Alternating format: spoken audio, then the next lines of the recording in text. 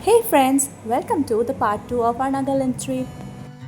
खनोमा के बाद हम लोगों का दूसरा डेस्टिनेशन था पॉयलवा विलेज, जो कि बहुत ही रिमोटेस्ट जगह पे थी, तो इसीलिए हम लोग काफ़ी जल्दी निकल गए थे। रास्ते में व्यूज़ तो बहुत ही सुंदर थे, लेकिन रास्ता थोड़ा बहुत ख़राब भी था।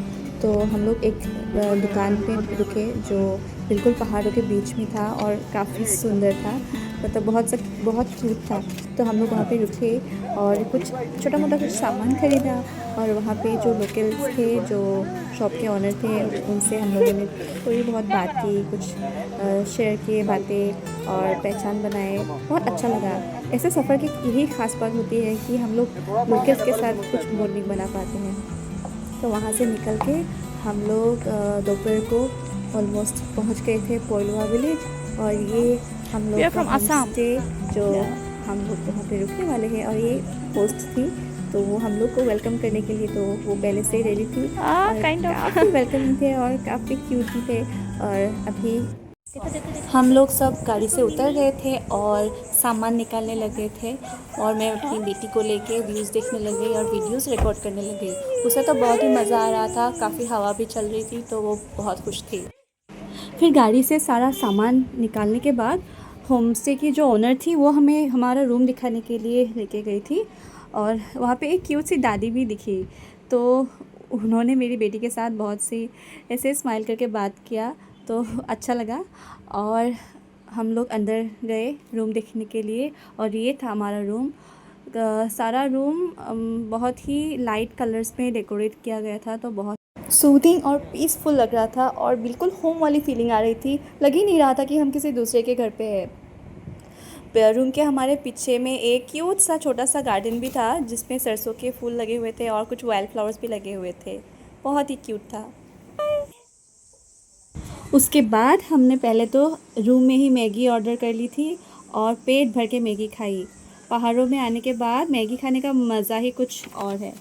और हम सब बैठ गए और गप्पे मारते मारते मैगी खाने लगे, और छोटी भी इन्जॉय करने लगी हमारे साथ।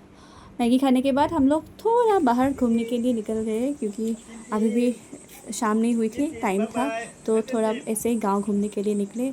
और इतना सुंदर व्यू था ना, मैं क्या बताऊँ। सनसेट का टाइम था, तो पहाड़ों में सनसेट तो it's so beautiful, it's like amazing. इतना खूबसूरत व्यू देख के तो बहुत ही लकी फील हो रहा था सच में। हम लोग एक ऊपर व्यू पॉइंट में भी गए और वहाँ से भी व्यूज़ एंजॉय किए, सनसेट का व्यू लिया। और ये देखिए, मेरी प्यारी सी छोटी सी भी कितनी एंजॉय कर रही है। फिर शाम भी होने लगी थी और अंधेरा भी हो गया था, तो हम लोग वापस आ गए थे होम स्टे पर। किचन में डिनर की अरेंजमेंट्स चल रही थी, तो हम सब भी वहाँ बैठ के आग के सामने बैठ के उन लोगों से काफ़ी सारे बातें करने लगी, और ढेर सारी बातें की हमने, थॉट शेयर किए। बहुत ही अच्छा लगा और बहुत ही होमली फील हो रहा था।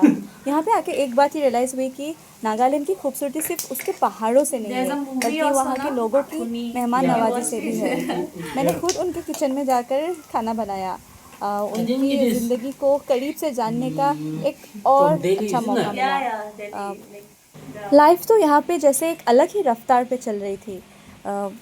स्लो लिविंग का असली मीनिंग मुझे तो यहीं पे आके फील हुआ, यहीं पे आके समझ में आया।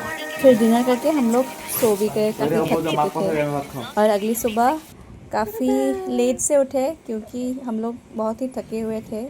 और उठ के बाहर ये सनी सनी सा वेदर था, तो देख के बहुत ही अच्छा लग रहा था। बहुत ही प्यारा सा वेदर था, फ्लावर्स भी खिल रहे थे, हवा भी आ रहा था। और हम लोग उठ के ब्रेकफास्ट करके थोड़ा फिर से गांव घूमने के लिए निकल गए थे। और ये देखिए, वहाँ पे फिर से हमें स्क्वाश का इतने सारे गार्डन्स दिखे ना। और यहाँ पे एक बात नोटिस करने वाली ही कि किसी के भी घर पे गेट नहीं था, सबके घर खुले थे। और मतलब सच में ये अच्छा लगता है सारा, अजीब, पर मतलब हमारे लोग अनोखी सी वो बात इतना है। नहीं होगा। ये वाला हो जाता है। हो सकता है।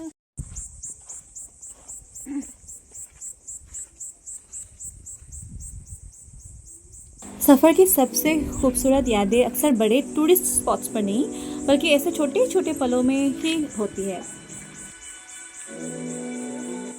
यहाँ पे एक और अनोखी बात मुझे ये लगी कि वहाँ पे सेल्फ पेमेंट शॉप्स है जहाँ पे कोई बेचने वाला नहीं होता है, सारा सामान रखा हुआ होता है, प्राइस भी वहाँ पे कागज़ पे लिखे हुए होते हैं, आपको बस जो पसंद है उठाना है और जो प्राइस है कैश में वहाँ पे कंटेनर है वहाँ पे रख के आ जाना है और आराम से आप बस जो पसंद आए उठा लीजिए, सारा सामान वहाँ पे रखा हुआ होता है। पोलो विलेज में एक शिप फार्म है जो बहुत ही फेमस है।